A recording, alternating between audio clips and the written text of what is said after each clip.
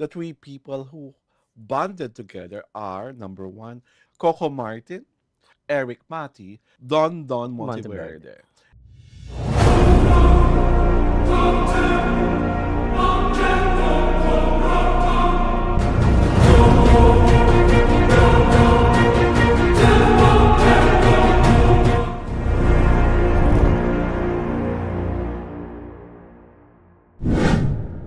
This is the biggest artistic collaboration this side of Hollywood.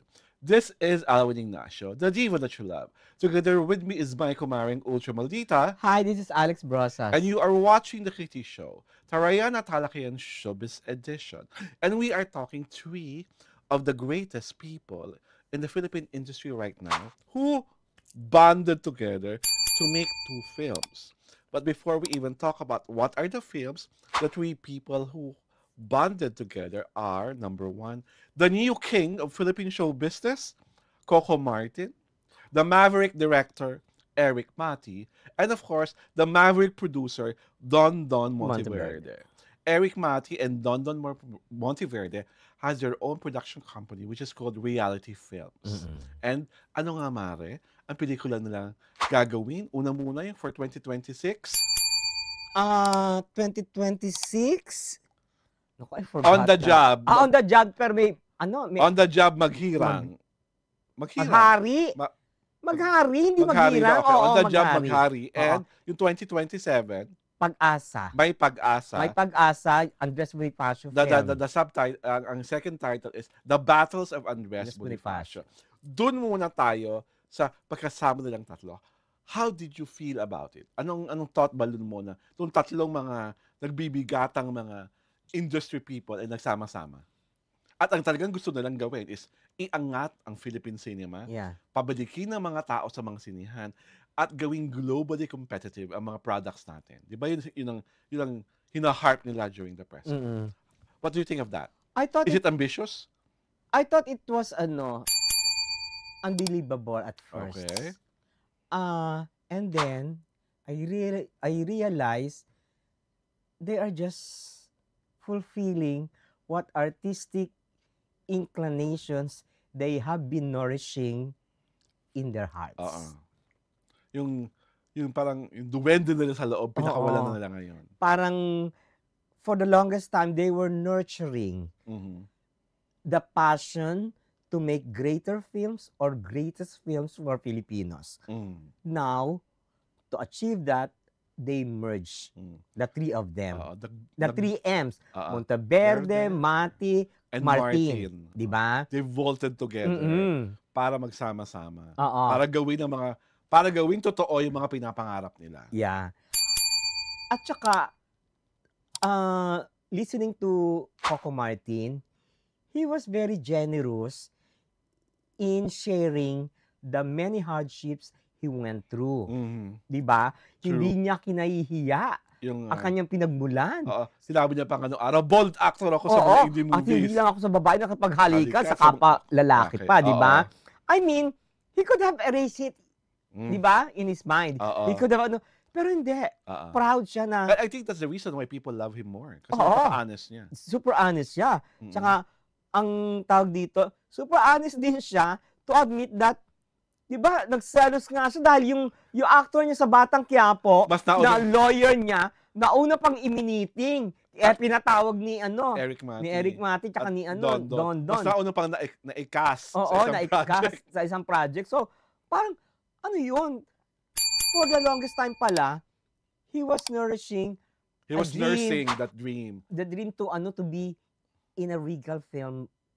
In a reality film. Reality film ang On the Job. Oo, di ba? Parang, inaisip niya na, Diyos ko, bakit na ako inistabis na? Oo, parang hindi na ako napansin. Yung pala, it was only a matter of time. Ayun, di ba, nagkaano na sila, pinatawag siya, so shineld niya. Hindi naman niya shineld.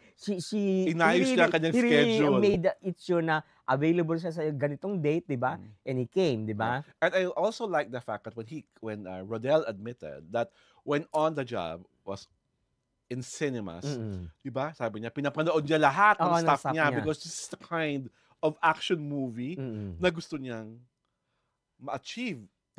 And then, di ba, Eric Mati complimented him, telling na yung ginagawa niya sa Batang Quiapo at ginagawa niya sa Ang Problansyano ay cinematic levels na. Hindi na to parang puchu-puchu TV action series. Iba kasi ang ang bang-bang sa I'm so excited about the first because it is going to be like the prequel of the life of the character of Joel Torre. Sa On the Job. So On the Job, Joel Torre. Maghari, di ba? Joel Torre yung matanda Tapos so ito, he's the young he's Joel going to play Torre. the young Joel Torre, yung buhay niya, and then eventually, hanggang sa napunta siya dun sa kulungan at naging hard killer. And epic din to kasi di ba, as they said, mid-90s ang setting. Parang sabi nga sa press, parang ang tanda na pala nung mid-90s kasi 2025 na kayo. Kung 1995, nga 2025 na. Parang 100 taon na kunyari yun. Tatagal. And excited ako. So, how they are going to bring Andres Bonifacio on screen. Kasi ang dami ng Andres Bonifacio movies. Ang dami nga. There's an Andres Bonifacio directed by the late Mario O'Hara. Ang Paglilitas si Andres Bonifacio starring Alfred Vargas. There was an Andres Bonifacio starring Alfred Vargas again, directed by Richard Somes. There's an Andres Bonifacio with Robin Padilla, ang bida, by Enzo Williams. So baka pang 4th o pang 5 sila. And, diba nakakatawa yung kwento ni Direk Eric na they're rebuilding Binondo. Diba? On a soundstage. Kasi yun diba parang may mga tubig-tubig daw nung araw doon na naka-barot saya pero yung ankle nakalubog. At excited ako because Donan was saying there will be 5 big battle scenes in the movie. That they will replicate. That will replicate na yun ang mga gera ni Bonifacio na natalo. By staging that, talagang they will shell out money. Real money, millions. And I'm also curious kasi diba they told us during the event that they are going to recreate the 2 historical versions of his death. Diba? And then let the people decide kung sino ba talaga sa mga historians na to ang nagsasabi ng totoo. And that for me is that's something else because but that's 2027. 2027 pa. Pero still, di ba? Nasa planning stage pa lang. Pero grand na. Pero di ba, what they told us is, tapos na yung script ng Bonifacio. Itong kay Maghari ang hinahabi pa. And I am so proud of the fact that Coco admitted that he is so kilig na si Michiko Yamamoto, ang screenplay writer nila. Na tagal-tagal din na pala gusto rin makasabaho. Si Michiko yung writer ng On the Job? ng On the Job. On the Job, yung pelikula ni John Lloyd na Eric Mati, Honor Thy Father. Honor Thy Father. Marami siyang magagandang mga pelikula. Laki siyang parang Eric Mati. Michiko Yamamoto is Filipino ba yun? Filipina. Filipina? Pero Japanese parents. Kaya Kaya Yamamoto. Filipina ang kanyang mother, ang father niya Japanese. So, nakakatuwa lang that and ang gustong-gusto ko doon is that he's encouraging us writers, di ba? To be with them, to support them. Naman, let's make the film industry great again. At saka during the press cons, di ba, andun yung mga film distributors. Nandun yung film distributors. Mga theater owners. Di ba? So they're pushing for the project din, di ba? They're helping in some ways. So parang this is, I wish, kasi nga, big budget ito, tiyak. Sabi, yung parang ginagawa pag Cinemalaya, yung ticket $250 lang. Para mas maraming makapanood. Kasi alam naman natin, isa sa mga pumapatay sa industriya ng pelikula is pagkamamahal na po talaga ng ticket. May $350, depende sa mall, may $350. Kung gusto mo ng Dolby Surround, magbabayad kang $450. Kung gusto mo ng IMAX, magbabayad ka ng $525. Diyos ko! At talaga, middle class na lang po talaga ang nakakapanood ng mahal na sine. And upper class. So, kailangan ma-educate sa ganitong mga ma-introduce, ma-educate, at maka-appreciate na ganitong mga produkto ay ang masa. Diba? Sila ang mas kailangang buksan ng mga pag-iisip at haplosin ng mga puso. Diba? And, at saka, sa akin talaga, kaya tawag ko kay Coco bagong hari. Kasi, these are kingly things. Siya lang talaga ang makakagawa ng ganito. Wala na akong nakikitang artista na, di ba, sa pinangako niya na kahit gaano ka-hectic, kahit pa ata umabot ng 10 taon ang Batang Quiapo, gagawa niya ng paraan to do the shooting. Kaya, diba, at gano'n siya ka-committed. Oo, yung Batang Quiapo, sabi niya, MWF lang naman yun eh. So I have Tuesday, I have Thursday, I have Saturday. Sabi niya gano'n. Kakaloka, no? Diba? Tsaka iba siya, inassure niya na talagang tatapusin at gagawin ko to no matter what. Diba? Because he's that decisive. Dream come true for him.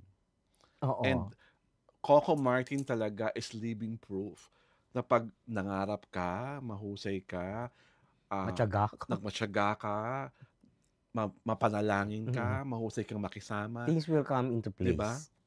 Everything falls. At saka maganda kay Coco Martin, he's exerting effort to up the ante of movie making. Diba? Hindi yung tama na to, okay na to. He doesn't like mediocrity. Oo. Diba? Kita mo naman yung sa stamp niya sa sa Batang Quiapo eh. Diba? Lahat ng mga kasabay niya action series, hindi ganun kabagsik ang mga action scenes. Diba? Iba yung bagsik niya, iba yung igting niya, iba yung angas niya. Oo, kasi tsaka considering no offense to Coco lahat ng mga action star medyo matangkad sa kanya, pero kasi nga pangmasa nga yung height niya, pangmasa yung looks niya, although by masa, may gwapo siya, diba? Sabi niya gano'n. Gwapo naman siya, di ba? Pero, kaya nakaka-relate yung mga tao sa kanya because he looks normally Filipino. Yes. Di ba? Hindi matangas ang ulam, pero hindi yung mestizo type na pointed. Pinoy. Pinoy na Pinoy. Tapos his brown looks, tapos hindi naman siya katangkaran, di ba? Yung you can identify na, ay, kapitbahay ko yan. Ay, ano ko yan, kaibigan ko yan. Ay, tropa ko yan. Di ba yung ganon? Kaya, he wields so much power to the Filipino public. Yeah. Di ba? Kasi, he is one of them. He is one. Di ba? Coco Martin, Rodel Hanseno is one of us. And on that note, we're inviting you to watch the TT show on our YouTube channel, sa Diario Turada. And of course, you can watch the show on our Facebook page. The TT show is being aired every Saturday and Sunday at 4 p.m. This is Alwin Ignacio, the diva that you love. Together with me is my kumaring Ultra Maldita. Hi, this is Alex Brosas. And thank you so much for joining us for our first episode for our Season 19. Ito po ang Tarayan at Talakayan Showbiz Edition. Magandang Sabado po sa ating lahat.